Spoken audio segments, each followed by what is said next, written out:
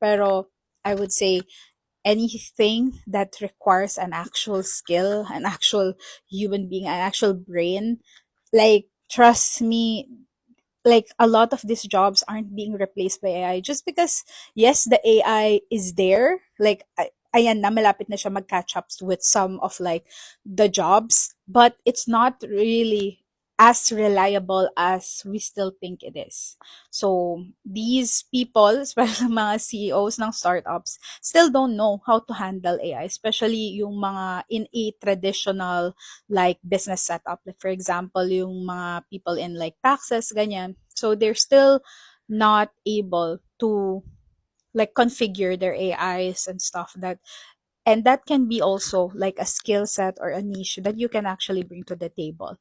So ayun, yun lang naman yung qualms ko dito. So please do not let yourself get lowballed. And of course, hindi mo pwedeng i-compare yung chapter 1 mo, nag-start ka pa lang mag-VA or you're only here for a year na nag-VA to somebody else's chapter 10. So like I always said, and I always put emphasis on, it took a while for me to get here. It took me like 6 years to get here. So it's not an easy feat. It's not an easy task as some other people say. Hindi ka makakahanap agad ng client because you bought this course or you joined this webinar. You know, it's not going to be that quick. It needs a lot of patience.